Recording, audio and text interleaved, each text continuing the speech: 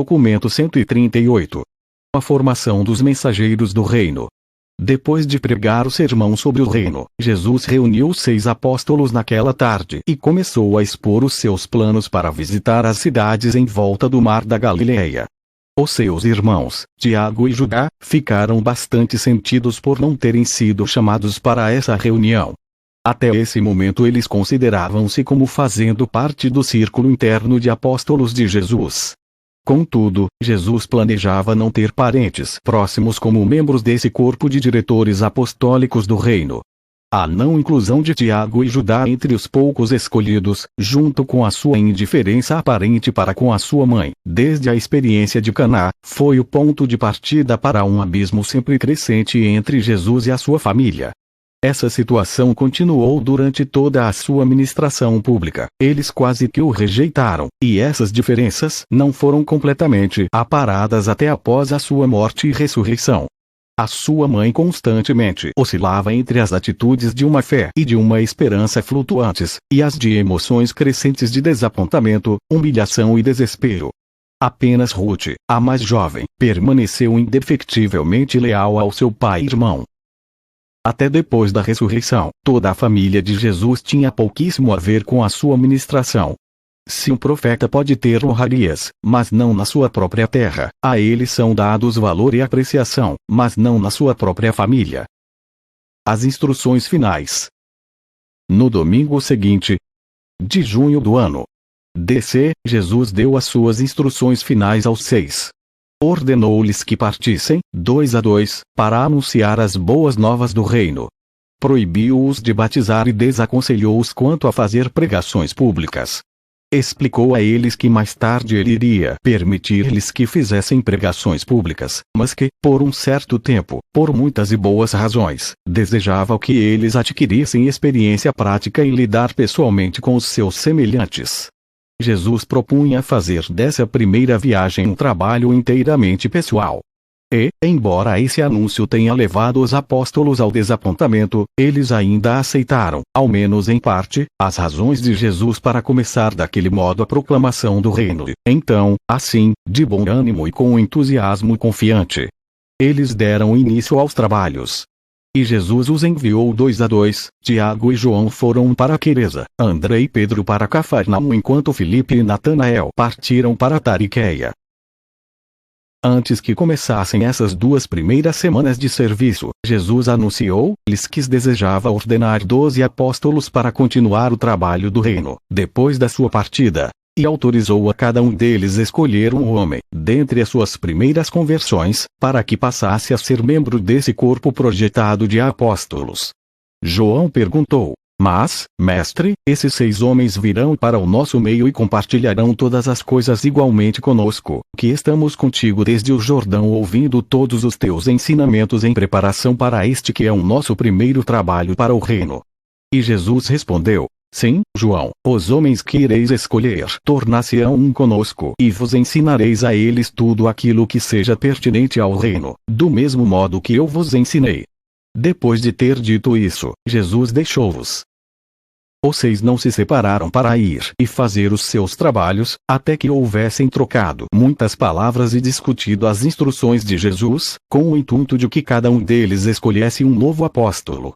O conselho de André prevaleceu afinal e eles partiram para os seus trabalhos.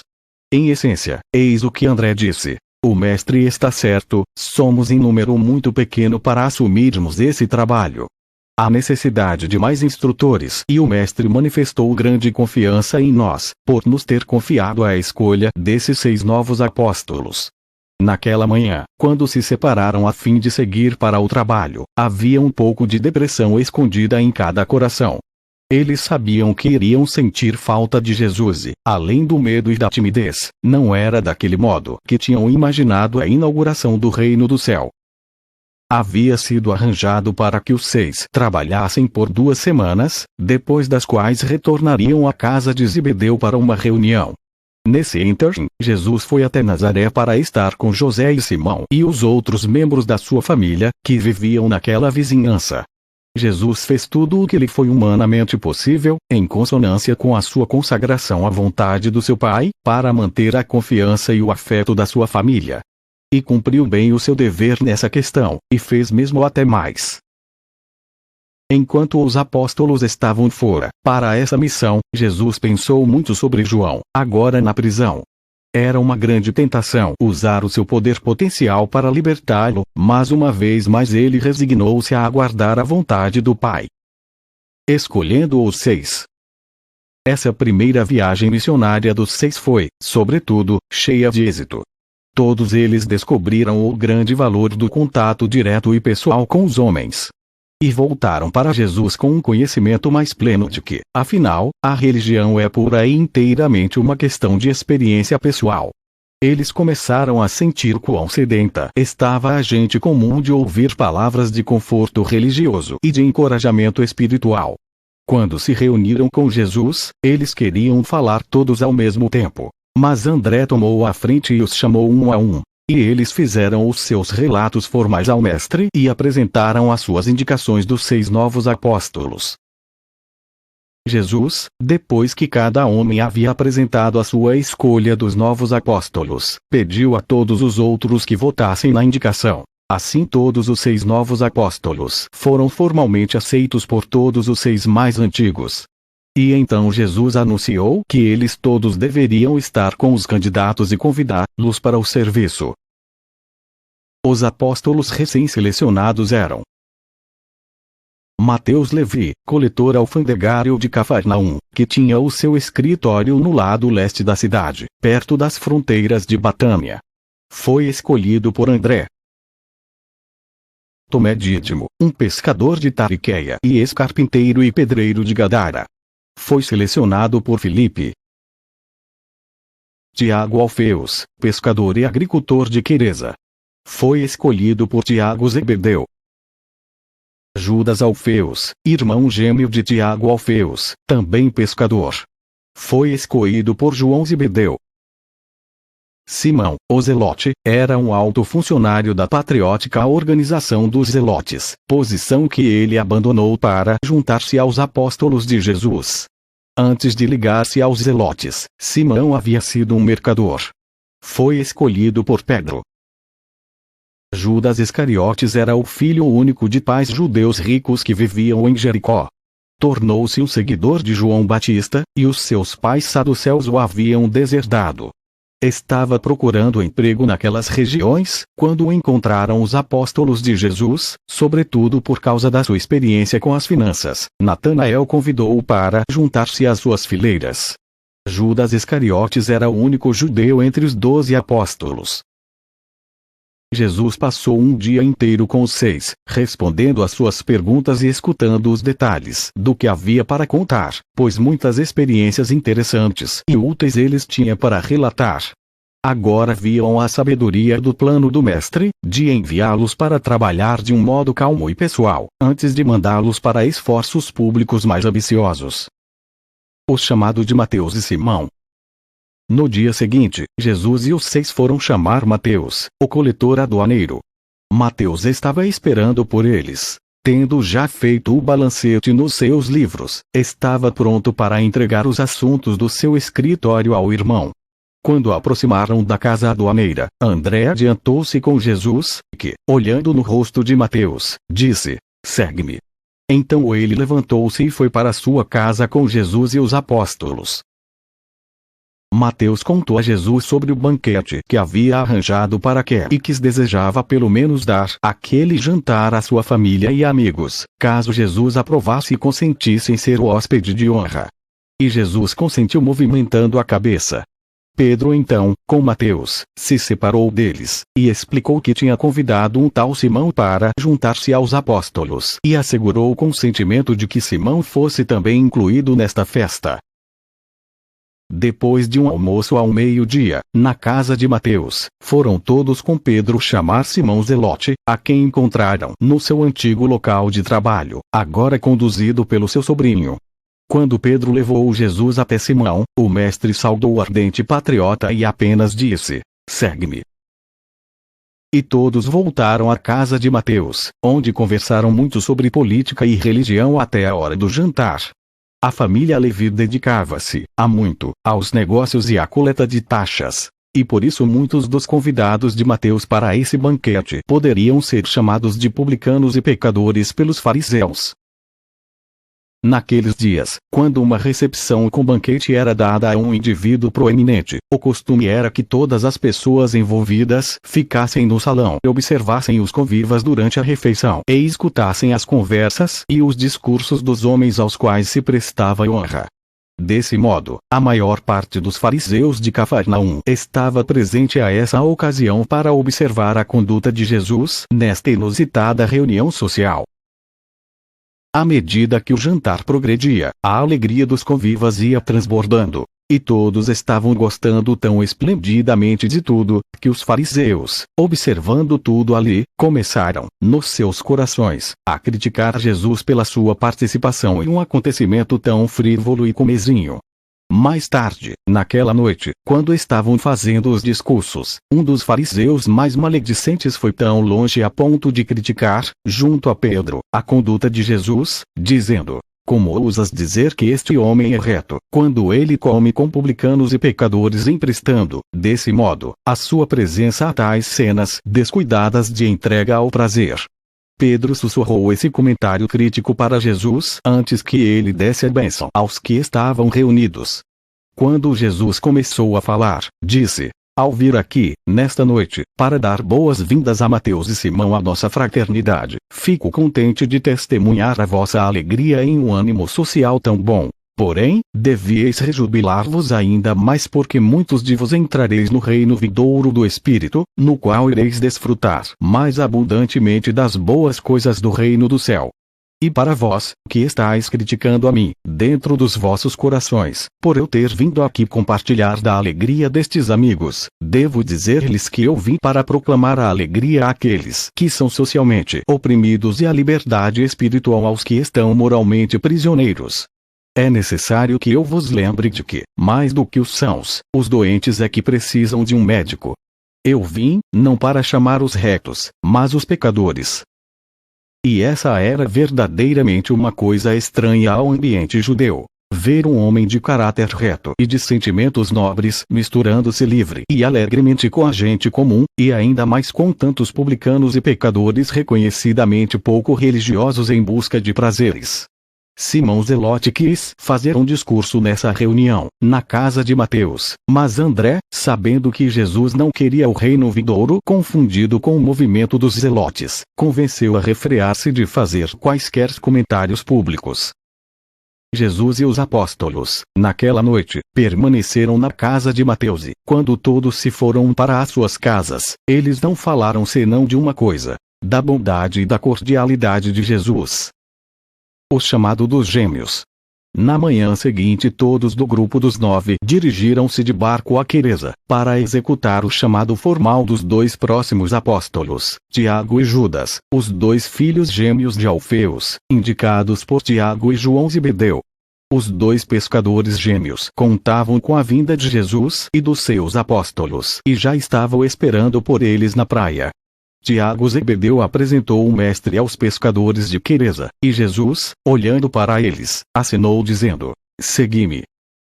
Naquela tarde que passaram juntos, Jesus os instruiu plenamente sobre como deviam proceder em reuniões festivas, e concluiu as suas observações dizendo: "Todos os homens são meus irmãos. O meu Pai nos céus não despreza nenhum ser criado por nós. O reino do céu está aberto para todos os homens e mulheres. Nenhum homem pode fechar a porta da misericórdia na cara de nenhuma alma faminta que procure entrada. Nós nos assentaremos e comeremos com todos aqueles que desejem escutar sobre o reino. Aos olhos do nosso Pai, que nos contempla de cima, todos são iguais. Não recuseis repartir o vosso pão com o fariseu ou com o pecador, com o saduceu ou o publicano, romano ou judeu, rico ou pobre, livre ou escravo. A porta do reino está bem aberta para todos que desejarem saber a verdade e encontrar Deus." Naquela noite, em uma ceia simples na casa de Alfeus, os 2 gêmeos eram recebidos na família apostólica. Mais tarde naquela noite, Jesus deu aos seus apóstolos a sua primeira lição, que tratava da origem, natureza e destino dos espíritos impuros, mas eles não compreenderam a importância daquilo que lhes havia sido dito. Achavam muito fácil compreender, amar e admirar Jesus, mas difícil, por demais, era compreender muitos dos seus ensinamentos. Depois de uma noite de descanso, todo o grupo, agora em número de 11, foi de barco até Tariqueia. O chamado de Tomé e Judas. Tomé, o pescador, e Judas, o errante, encontraram-se com Jesus e os apóstolos no barco de pesca que atracou em Tariqueia, e Tomé os conduziu à sua casa perto dali.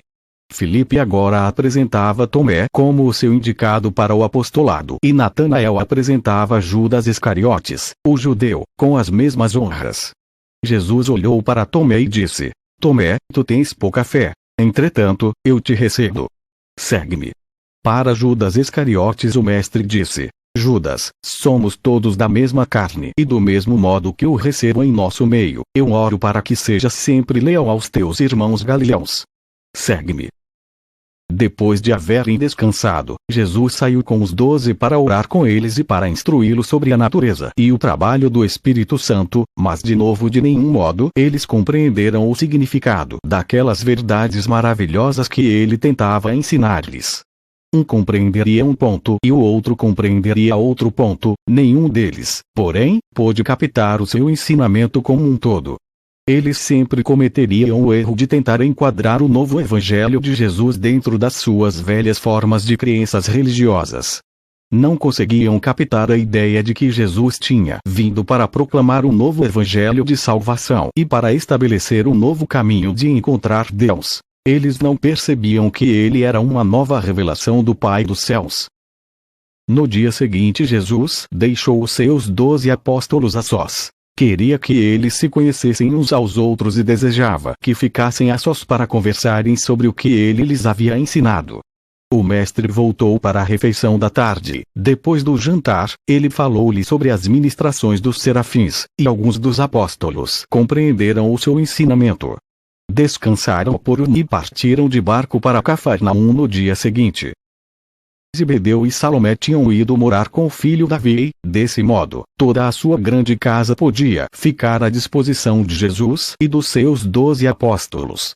E, ali, Jesus passou um sábado tranquilo com os seus mensageiros escolhidos. Cuidadosamente traçou os planos para proclamar o reino e explicou integralmente a importância de evitar quaisquer conflitos com as autoridades civis, dizendo: se os governantes civis tiverem de ser censurados, deixai comigo essa tarefa.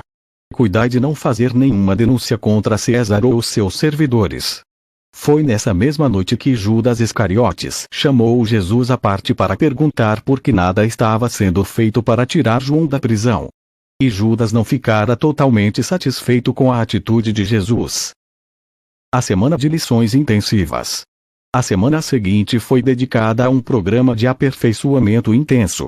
Cada dia os 6 novos apóstolos eram colocados nas mãos dos seus respectivos recrutadores para uma cuidadosa recapitulação de tudo o que tinham aprendido e experimentado como preparação para o trabalho do reino. Os apóstolos mais antigos recapitularam cuidadosamente, para benefício dos 6 mais recentes, os ensinamentos de Jesus, dados até aquele momento. Às tardes eles sempre se reuniam no jardim de Zebedeu para receber as instruções de Jesus. Foi nessa mesma época que Jesus estabeleceu um dia, no meio da semana, para descanso e diversão. E eles seguiram esse plano de descanso de um dia por semana durante o resto da vida material do seu mestre. Como regra geral, às quartas-feiras eles nunca se dedicavam às suas atividades regulares. Nesse feriado da semana, Jesus normalmente separava-se deles dizendo: meus filhos, ide divertir-vos por um dia. Descansai os corpos dos trabalhos árduos do reino e gozai do arrefecimento que advém da volta às vossas antigas vocações ou da descoberta de novas espécies de atividades recreativas.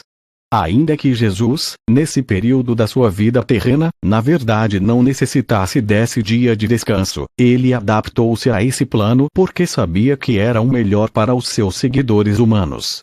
Jesus era quem ensinava, o mestre. Os seus companheiros eram os seus alunos, os discípulos. Jesus esforçou-se para esclarecer aos seus apóstolos a diferença entre os seus ensinamentos e a sua vida junto com eles, e os ensinamentos que pudessem advir posteriormente sobre ele. Disse Jesus: o meu reino e o evangelho relacionado a ele deverão ser o conteúdo da vossa mensagem. Não vos deixeis desviar por pregações sobre mim e sobre os meus ensinamentos. Proclamai o evangelho do reino e retratai a minha revelação do Pai dos céus, mas não vos deixeis ser extraviados pelas vielas da criação de lendas e de construção de cultos de crenças e de ensinamentos sobre as minhas crenças e ensinamentos. No entanto, novamente eles não compreenderam por que ele dissera isso, e nenhum deles ousou perguntar por que ele lhes ensinava sobre isso. Nesses ensinamentos iniciais Jesus tentou evitar controvérsias com os seus apóstolos, tanto quanto possível, exceto naqueles casos que envolviam conceitos errôneos do seu Pai nos céus. Para todas essas questões, ele nunca hesitou em corrigir as crenças errôneas. Havia apenas um motivo, na vida pós-batismal de Jesus em Urântia, e esse era a revelação do seu Pai do paraíso, uma revelação mais verdadeira e melhor. Ele era o pioneiro do caminho novo e melhor até Deus, o caminho da fé e do amor. A sua exortação aos apóstolos era sempre: ide procurar os pecadores, encontrai os afligidos e confortai os ansiosos. Jesus tinha uma perfeita compreensão da situação. Ele possuía um poder ilimitado, que poderia ter sido utilizado para ajudar e adiantar a sua missão. No entanto, ele estava totalmente satisfeito com os meios e as personalidades, os quais a maior parte das pessoas teria considerado inadequados e que teriam encarado como sendo insignificantes.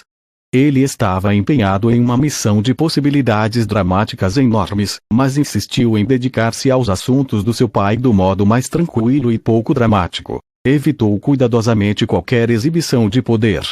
E agora ele planejava trabalhar de modo pouco ruidoso, ao menos por vários meses, com os seus 12 apóstolos, nas cercanias do Mar da Galileia. Uma nova desilusão. Jesus havia planejado uma campanha missionária tranquila de 5 meses de trabalho pessoal. Contudo, não disse aos apóstolos o quanto aquilo ia durar. Eles trabalharam de semana a semana. E muito cedo nesse primeiro dia da semana, exatamente quando ia anunciar isso aos seus 12 apóstolos, Simão Pedro, Tiago Zebedeu e Judas Iscariotes vieram para ter uma conversa particular com ele. Levando Jesus para um lado, Pedro ousou dizer-lhe: Mestre, viemos a pedido dos nossos companheiros no intuito de perguntar se o momento agora não está maduro para entrar no reino.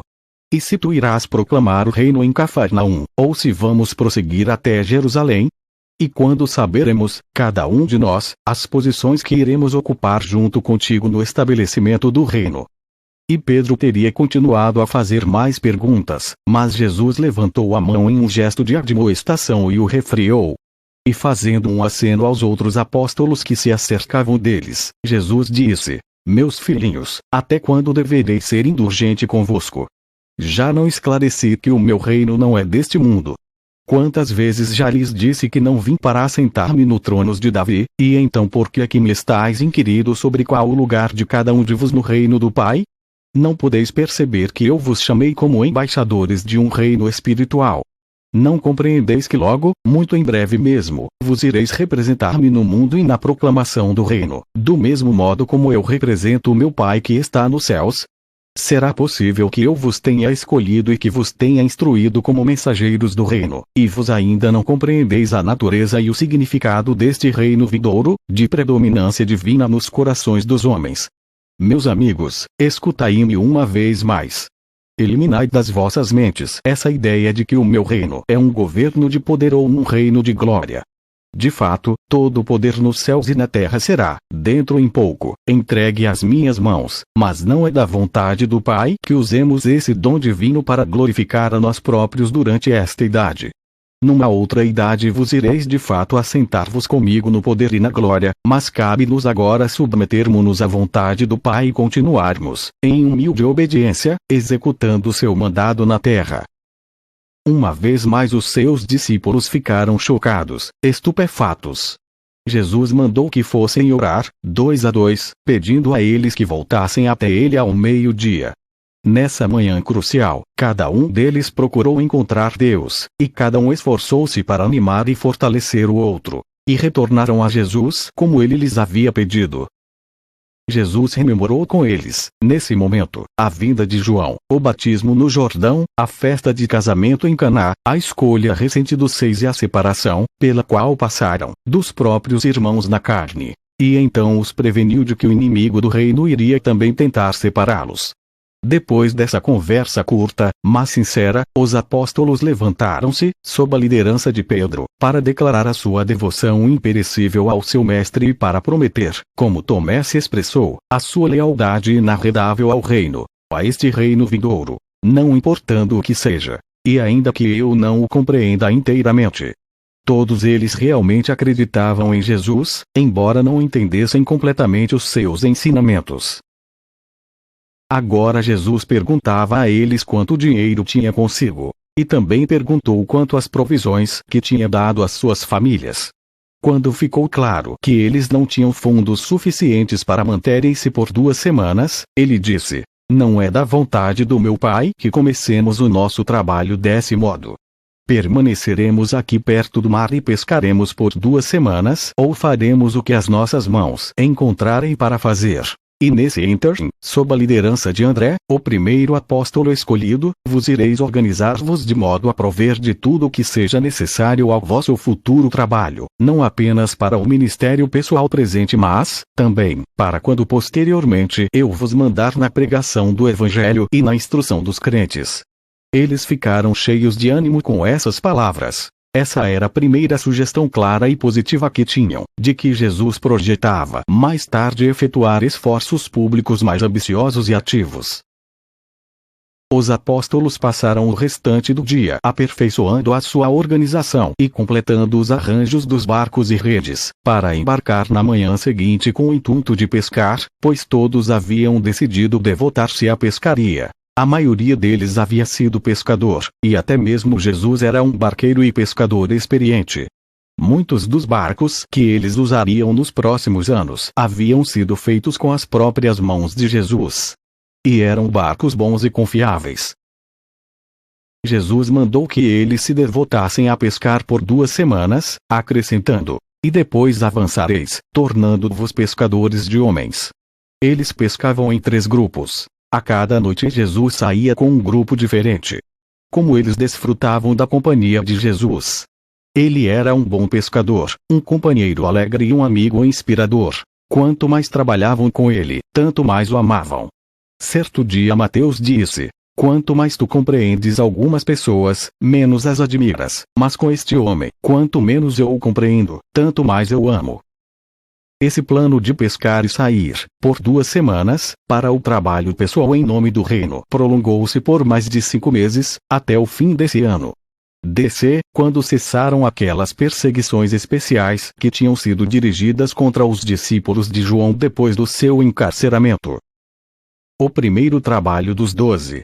Depois de vender o fruto da pesca de 2 semanas, Judas Iscariotes, que foi o escolhido para atuar como tesoureiro dos 12, dividiu os fundos apostólicos em 6 partes iguais, depois de tirados os fundos para as famílias dependentes.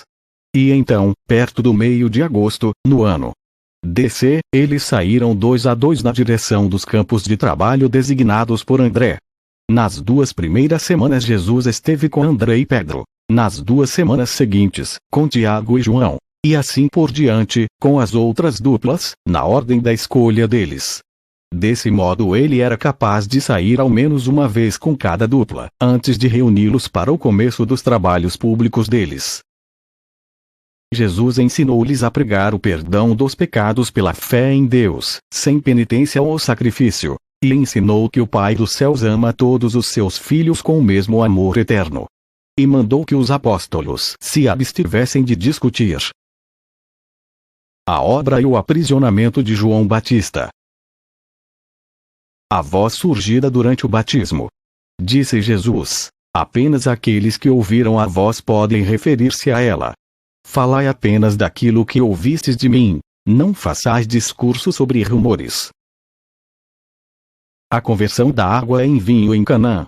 Jesus os admoestou seriamente, dizendo: não reveleis a nenhum homem a respeito da água e do vinho.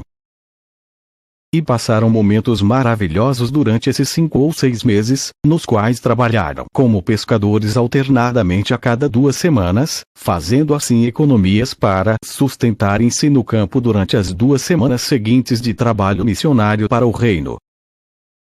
A gente comum maravilhava-se com os ensinamentos e as ministrações de Jesus e dos seus apóstolos. Os rabinos há muito haviam ensinado aos judeus que o ignorante não poderia ser pio nem virtuoso. Contudo, os apóstolos de Jesus eram tanto devotos quanto retos, e eram ainda alegremente ignorantes de muitos dos ensinamentos dos rabinos e da sabedoria do mundo. Jesus deixou evidente, para os seus apóstolos, a diferença entre o arrependimento por meio das chamadas obras boas, como ensinado pelos judeus, e a mudança que a fé causava na mente, o novo nascimento, que ele exigia como preço para a admissão no reino. Ele ensinou aos seus apóstolos que a fé é a única coisa necessária para se entrar no reino do Pai. João havia ensinado a eles o arrependimento, para escapar da ira que virá. Jesus ensinava a fé como sendo a porta aberta para a entrada no amor presente, perfeito e eterno de Deus. Jesus não falava como um profeta, como um que vem para declarar a palavra de Deus. Ele parecia falar de si próprio como alguém que tem autoridade. Jesus buscava que eles desviassem os seus pensamentos da necessidade de milagres, fazendo com que a mente deles se voltasse para a busca de uma experiência real e pessoal de satisfação e segurança, vinda do Espírito de Deus que reside neles, no seu amor e na sua graça salvadora. Os discípulos cedo aprenderam que o Mestre era possuído de um profundo respeito e de uma consideração compassiva para com todo ser humano que ele conhecia, e eles ficavam imensamente comovidos por essa consideração única e invariável que Jesus tinha, de modo tão consistente, para com todas as espécies de homens, mulheres e crianças. Ele parava no meio de um discurso profundo para ir até a estrada e dar alento a uma mulher que passava carregando a sua pesada carga de corpo e de alma. Ele interrompia uma conferência séria com os seus apóstolos para se confraternizar com uma criança intrometida. Nada nunca parecia tão importante para Jesus quanto um indivíduo humano que chegava à sua presença imediata. Ele era um mestre e um instrutor, mas era mais, ele era também um amigo e um semelhante próximo, um camarada compreensivo. Se bem que os ensinamentos públicos de Jesus consistissem principalmente em parábolas e discursos curtos, invariavelmente ele ensinava aos seus apóstolos por meio de perguntas e respostas. Ele se interromperia sempre para responder a perguntas sinceras, durante os seus discursos públicos mais recentes. Os apóstolos chocaram-se, no início, mas claramente se acostumaram ao tratamento que Jesus dava às mulheres, sempre deixando bastante claro para todos que as mulheres deviam merecer direitos iguais aos dos homens, no reino. 5 meses de provas. Esse período, um tanto monótono, de pescarias alternadas com trabalho pessoal, provou ser uma experiência estafante para os 12 apóstolos, mas eles resistiram ao teste. Apesar de todos os seus queixumes, dúvidas e insatisfações passageiras, eles permaneceram fiéis aos seus votos de devoção e lealdade a um mestre. Foi a união pessoal com Jesus, durante esses meses de testes, que fez com que eles o amassem tanto e que eles todos, salvo Judas Iscariotes, permanecessem leais e fiéis a ele, mesmo nas horas tenebrosas do seu julgamento e crucificação. Homens verdadeiros não podiam simplesmente abandonar de fato um mestre venerado que havia vivido tão perto deles e que tinha sido tão devotado a eles quanto Jesus.